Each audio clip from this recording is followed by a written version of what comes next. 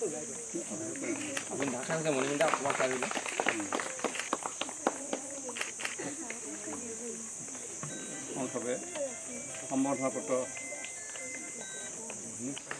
এইটো সময়ত যিমান গৰম হয় আজিকালি তাতকৈ বেছি গৰম হৈছে। কি কাৰণে গৰম হৈছে? বিদ্যালয়ৰ পৰা আমাৰ 50জন শিক্ষাৰ্থী আহিছে আৰু এই শিক্ষাৰ্থীসকলৰ লগতে ব্ৰিটিছৰ দিনৰ জাহাজ ঘাট ঢাকা হৈ কলকাতা হৈ বস্তু অনা নিয়া কৰে আৰু উজনি অসমৰ প্ৰথম ৰেল ষ্টেচন যোৰহাট JPR2 আছিল।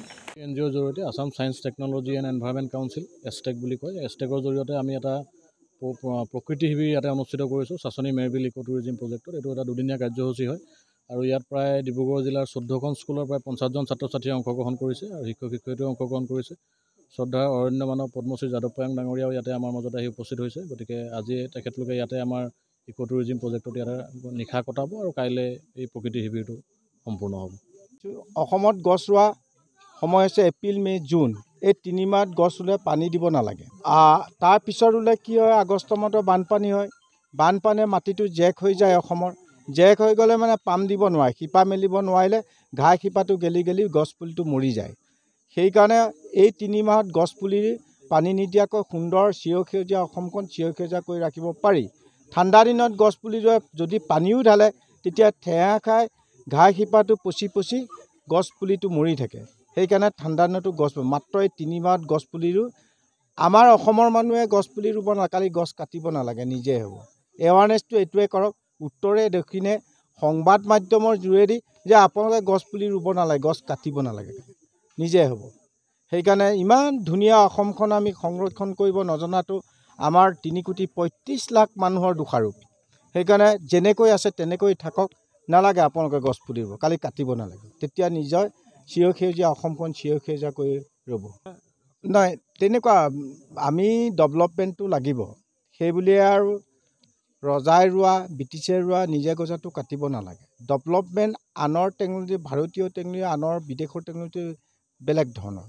বিদেশত চীনত, টাইৱানত, ফ্ৰান্সত দেখিছোঁ সিহঁতৰ 4 লেন 6 লেন 9 লেন মেট্ৰ' গাড়ী ৰেলগাড়ী ওপৰলৈ বনায়, গছ কাটি নবনায়, মাটি অধিগ্ৰহণ কৰি নবনায়। এতিয়া ভাৰতীয় টেকন'লজি কিয় কৰে? যাৰ বিনিময়ত আজি গোলকীয় উষ্ণতাই 2015 চনত অল অভাৰ ইণ্ডিয়া 4 লেন 6 লেন 9 লেনৰ কাৰণে একে বছৰতে চব গছ কাটিলে ভাৰতবৰ্ষত। কটাৰ বিনিময়ত তেতিয়াই 3,000 মানুহ মৰিছে, তাৰপিছত হেজাৰ হেজাৰ মানুহ মৰি আছে। কিয় 10 বছৰ আগত চিন্তা নহয়? এইকাৰণে ভাৰতীয় টেকন'লজিটো বিদেশৰ টেকন'লজি একে নহয় নেকি? সেইটো দোষাৰোপ থাকে মানে। তাৰ বাবে আমাৰ প্লেনিং অফিচাৰবিলাকৰ গাত দোষ আছে। সেইকাৰণে তেওঁলোক ক'ত থাকে? দিল্লী কংক্ৰিটৰ ফৰেষ্টত থাকে, AC ৰুমত থাকে, AC গাড়ীত যায়, ফিল্ডত নাযায়। যে আমাৰ ইয়াত থকা গছবোৰ কাটি দিলে কি হ'ব? ৰজাই ৰোৱা কাটি দিলে কি হ'ব? ব্ৰিটিছে ৰোৱাটো কাটিলে কি হ'ব? নিজে সেইটো চিন্তা কৰি নব। মানে প্ৰকৃতিৰ ওপৰত তেওঁলোকৰ একেবাৰে জ্ঞান ধাৰণাই নাই। সেইকাৰণে তেনেকুৱা। আৰু এটা কথা মনত ৰখা দৰকাৰ, ভাৰতবৰ্ষত যিয়ে টেকন'লজি ইউজ নকৰক কিয়, এজোপা 100 বছৰীয়া আহঁত গ'লে 5,500 কিলোগ্ৰাম অক্সিজেন দিয়ে। তেনেকুৱা গছ কিমান মৰিলে, কিমান কাটিলে? তাৰ বিনিময়ত কি হ'ল? ক'ভিড আহি গ'ল। ক'ভিডে কি শিকালে?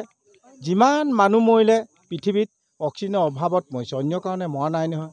বাপেক মৰিলেও চুব নোৱাৰে, মাক মৰিলেও।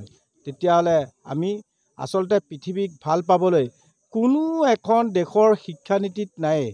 পৃথিৱীত চাৰ্টিফিকেটখন লয়, চাকৰি এটা কৰিম, ঘৰ এটা বনাম, গাড়ী কিনিম, তাৰ বাদে একো নকৰে। নকৰাৰ ফলত জলবায়ু পৰিৱৰ্তন হৈছে।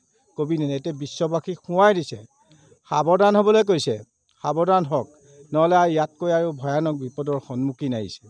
সেইকাৰণে মই ভাবোঁ যিমানবোৰ পৃথিৱীত গ্ৰীণ ৱৰ্ল্ড, গ্ৰীণ ইণ্ডিয়া কৰাটো মোৰ লক্ষ্য। সেইকাৰণে মোক ভাল পাব নালাগে, পৃথিৱীখনক ভাল পাবলৈ শিকোৱাটো মোৰ দায়িত্ব। সেইকাৰণে মই কৰি যাব লগা হয়।